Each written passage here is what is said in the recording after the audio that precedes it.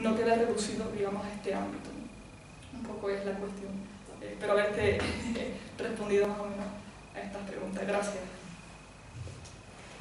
¿Queda tiempo para alguna intervención? Sí, yo creo que una o dos preguntas rápidas podrán quedar. ¿Quién se anima? ¿Alguno de vosotros queréis preguntar a algún compañero? Si no, me lanzo yo, Yo si nadie toma la palabra, vamos, les entiendo porque a mí también me cuesta, ¿no? Yo creo que es difícil atreverse a entrar en esta comunicación, no tanto porque no lo hayan hecho hasta cierto punto asequible, pero es verdad que son temas muy complicados. Yo de todas maneras sí que le agradezco a Omar el guante que lanza trayendo un autor que un poco entiendo, ¿no? Que un poco creo que alguna vez he entendido como es Aristóteles, ¿no?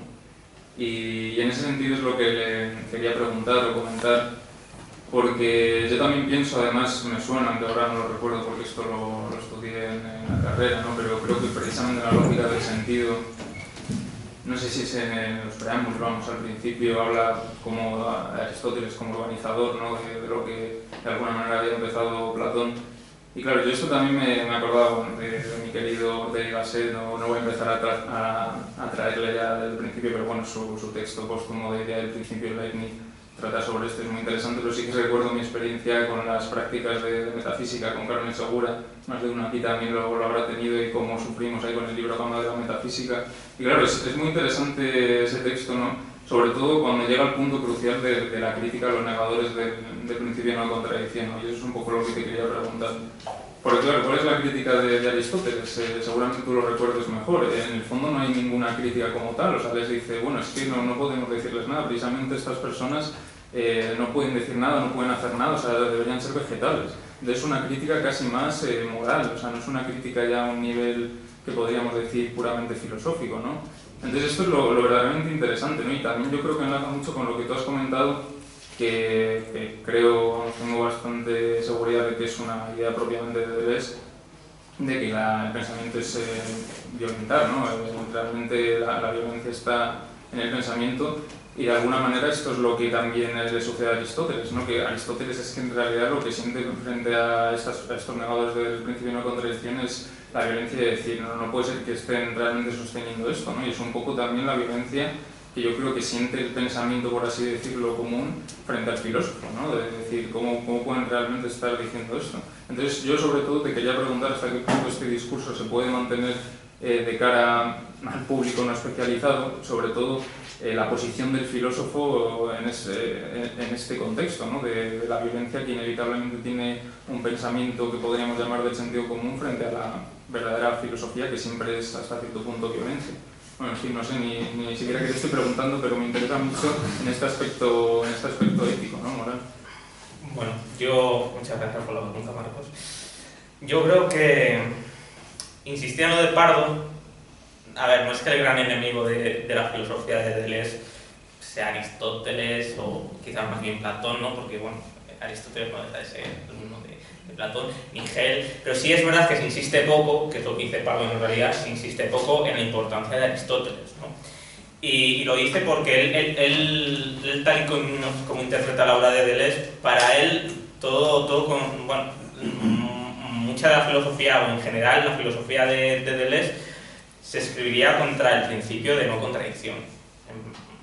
Y lo podemos ver en su concepción del tiempo, como una línea, tomando la metáfora de Borges, no un círculo, sino una línea tortuosa que no deja de desplegarse hacia atrás y hacia adelante, hacia el pasado y hacia el presente, ¿no? El peor de los laberintos, ¿no? Porque en realidad... Y yo, por ejemplo, recuerdo un texto por citar a otro autor postestructuralista, ¿no? En El placer del texto, ¿no? de Roland Barthes, al principio se habla del sujeto que la sociedad teme, ¿no? Que es un sujeto contradictorio, es un sujeto al que realmente no le puedes imputar ningún cargo porque se contradice, no le podías acusar de nada porque es y no es. Entonces, ahí yo creo que en algunos de estos autores, ¿no? de la segunda mitad del siglo XX hay una especie de vuelta a la contradicción. Hay como una especie, no sé si de alegato o de elogio de la contradicción.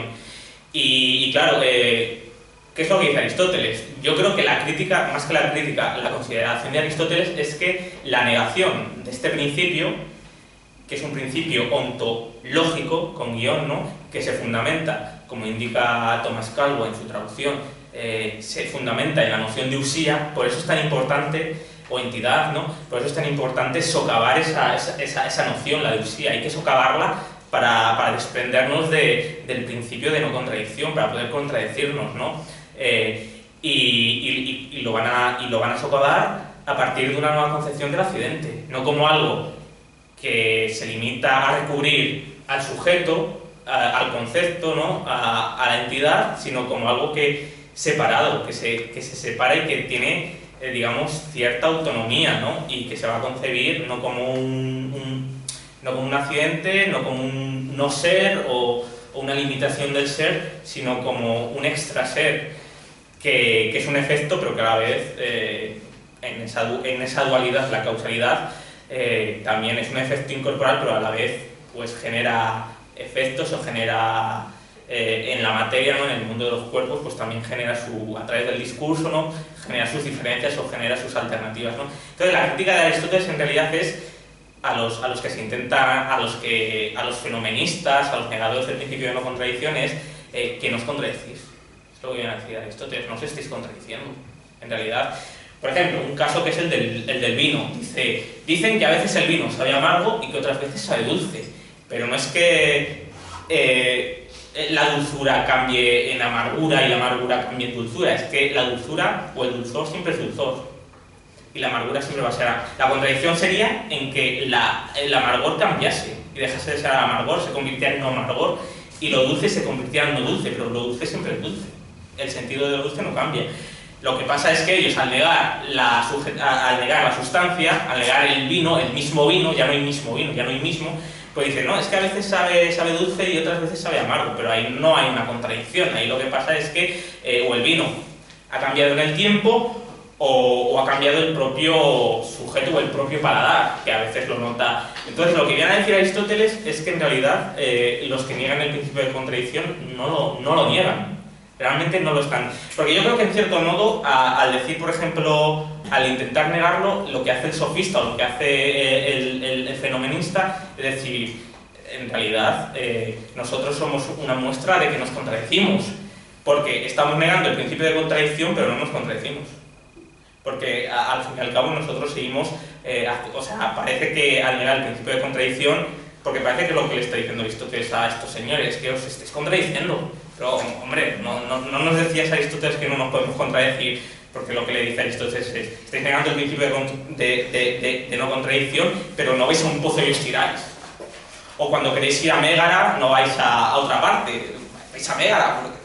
Entonces yo creo que hay aquí como una especie de simulacro de filósofo. Los sofistas serían el simulacro de filósofo que de algún modo con su praxis le están diciendo a Aristóteles, es que en realidad nosotros nos estamos contradiciendo, ¿no? Porque en realidad por eso nos aludes, por eso no nos dejas en paz, porque, oye señores, que nos contradecís, pero sin embargo afirmamos el principio de contradicción, pero aunque lo afirmamos no lo llevamos a cabo, ¿no?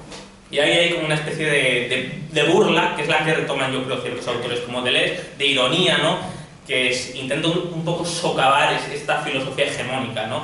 Y un compañero me decía que, retomando el psicoanálisis, que es verdad que cuando vamos a un pozo, o sea, nadie va a un pozo, ¿no? Porque dice, oye, voy a un pozo a ver si no me caigo, ¿no? Porque a ver si cambio un poco las leyes de la naturaleza y no me caigo en el pozo, pero dice, pero es que en el fondo, desde que hemos descubierto el psicoanálisis, es que no queremos ir al pozo, pero a la vez queremos ir al pozo, ¿no? Que es lo que me decía él, ¿no? Entonces, no está tan claro que ya con las novedades que han introducido las ciencias humanas, desde el estructuralismo, la lingüística, el psicoanálisis, no esté tan claro que no nos contraigamos ya a un nivel inconsciente incluso, ¿no? Es verdad que no queremos hacer esto, pero al final lo acabamos haciendo, ¿no? Es decir, parece que sí que nos contradecimos, ¿no?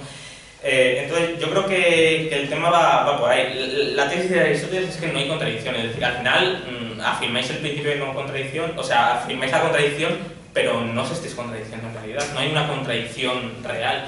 Y estos autores como Deleuze, algunos autores de la segunda mitad del siglo XX, yo creo que precisamente se trata de intentan afirmar la contradicción en el espacio, en el tiempo, ¿no?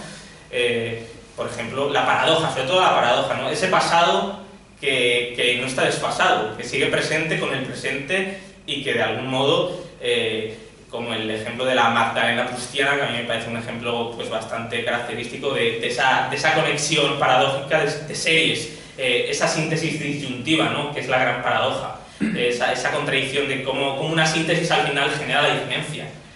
Lo que excluye, incluye y hay una conexión de líneas temporales diferentes, ¿no?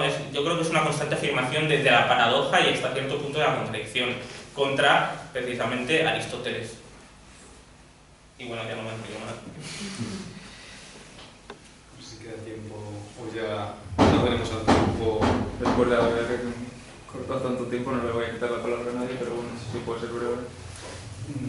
No sé si hay algo. Si hay alguien. Sí. Por ahí hay dos preguntas.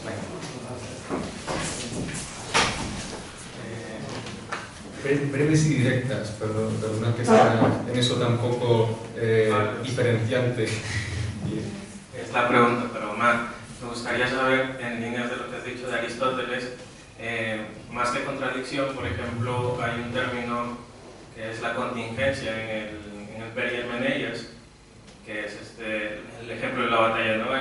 Ahí Aristóteles sostiene una postura indeterminista y después también está el debate con Diodoro Cronos, que postula una postura fatalista con respecto a la temporalidad, ¿no? Así que me gustaría saber también qué relación tienen estos conceptos, más que contradicción, contingencia, posibilidad. Bueno, lo que te podría decir, yo me remitiría un poco a la física, donde precisamente se ven los conceptos de suerte, de azar, ¿no? y de casualidad, ¿no? Porque parece el autómaton, ¿no? y el tige, ¿no? El tige son las nociones de suerte y de casualidad. Frente al filósofo de la causalidad, que es Aristóteles, introduce la noción de la contingencia, de lo indeterminado, porque precisamente la casualidad o la suerte indica una indeterminación, indica que no está todo sometido a una causalidad rígida, ¿no? Entonces, ¿cómo lo puedo vincular así de manera un poco...? Yo diría que en realidad el pensamiento de Aristóteles no es tan, digamos, opuesto a estos autores posmodernos, porque en realidad Aristóteles sí que afirma la contingencia y sí que afirma el azar y sí que afirma la casualidad. Lo que pasa es que eso realmente no es una contradicción. Es decir, por ejemplo, en la física, hablando de estos temas, pues es verdad que siempre, por ejemplo, hay tres tipos de causalidades, ¿no? Las cosas que suceden siempre, las cosas que suceden casi siempre, no siempre, pero casi siempre, y las cosas que suceden de manera muy azarosa, ¿no? Muy pocas veces, ¿no? Por ejemplo, si nosotros podemos hervir, si calentamos agua, termina hirviendo, ¿no? Esto es fijo, ¿no? Hay ciertas aves que suelen desplazarse en determinadas épocas, ¿no? Pues esto pasa casi siempre, pero igual no pasa siempre, ¿no? Y luego hay contingencias, por ejemplo, que un barco que iba hacia tal puerto, pues por una, digamos, por una, no sé cómo es, una tormenta, ¿no? Pues al final es desplazado y lleva a otro sitio, ¿no? Haya habido un azar, ¿no? Entonces esto no termina de introducir la contradicción, pero sí que introduce una indeterminación en la causalidad, que es la suerte. La suerte más en sentido, solo se dice en sentido subjetivo del hombre, la suerte solo se dice del ser humano, pero introduce también la casualidad, que sí que nos da a entender que sí hay un punto de indeterminación en todo lo que pasa, pero la indeterminación no nos lleva a la contradicción, y en este sentido la contingencia, la indeterminación no afirman la contradicción, sino el hecho de que es verdad, no todo está completamente, sí que hay un punto de contingencia, de indeterminación, y no todo está realmente gobernado por una causalidad fija, donde no hay espacio para la contingencia, el azar, pero no es una cuestión meramente subjetiva, en el sentido de decir es algo, nosotros no sabemos lo que va a pasar, como puede decir un Spinoza, ¿no? Sino que realmente sí que ontológicamente hay una contingencia y hay una indeterminación, y esto me parece muy interesante porque no se suele destacar que Aristóteles es el filósofo de la causalidad, de las 4 causas, etc., pero también hay un punto de indeterminación que el concepto de automatón, el de la casualidad, ajena a lo subjetivo, es importante y que sí que abre un punto de una fuga, ¿no? hacia otras alternativas y hacia lo imprevisible, ¿no? Pero no, digamos, hasta la contradicción, no hasta el punto de la contradicción que lo quieren llevar ciertos autores, ¿no? Pues yo creo que lo podemos ir dejando ahí, no sin antes yo querría formular en alto para dejarnos pensando un par de preguntas que a mí me quedan con ganas, y así las comparto con todos vosotros. Una pregunta hubiera sido para Fran, que ha sido muy, a mi entender, muy potente tu exposición, y entonces, claro, pensar en afuera nos llevaría al margen, un poco también dialogando con Derrida, y nos llevaría al margen en el sentido sociopolítico de la marginación. Lo que pasa es que yo creo que no va a quedar tiempo. Si quieres responder muy directamente, te dejamos pensar el afuera. Pensar el afuera, quedarnos fuera, hasta qué punto no nos dejan en el margen y no nos puede dejar en la marginación. A ver, o sea, yo creo que tenemos que distinguir, tenemos que... Muy rápido. Yo quería dejarlo sobre el aire para dejarlo pensando. O sea, bueno, a ver, pensar el afuera es por... No, le va a decir que, bueno, que todo es pura afirmación, no hay contradicción. De esa manera, la forma de relacionarse a nivel ontológico de la realidad es una síntesis disyuntiva. Es una afirmación de todo a través de la conjunción. ¿no? Decía, la partícula, el punto que nos interesa es el I, ¿no?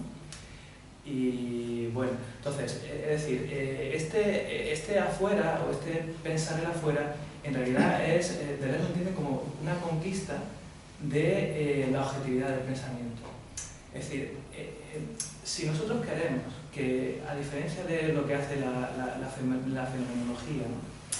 O a diferencia de lo que hace la dialéctica, es decir, queremos pensar con objetividad, no podemos, esto fundamentalmente hace la fenomenología, construir un simulacro, de la fuera un simulacro de exterioridad y introyectarlo como objeto intencional del sujeto. Es decir, construirnos un mundo verdadero que es una proyección del sujeto en el mundo exterior y limitar el conocimiento, o sobre todo, no limitar el conocimiento, perdón, limitar el pensamiento al reconocimiento.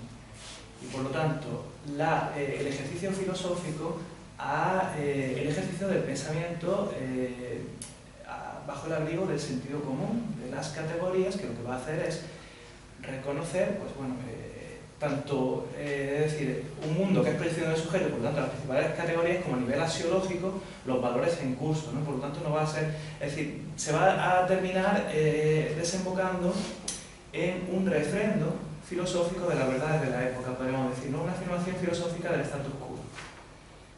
En ese sentido, pensar el afuera verdaderamente, tanto desde el punto de vista político como desde el punto de vista netamente metafísico, si queremos epistemológico, no es que nos conduzca a la marginalidad, es que es, bueno, no, es que, mira, voy a invertir la respuesta, nos conduce a la marginalidad, pero a la marginalidad que es deseable. ¿Cuál es la marginalidad deseable? El devenir minoritario.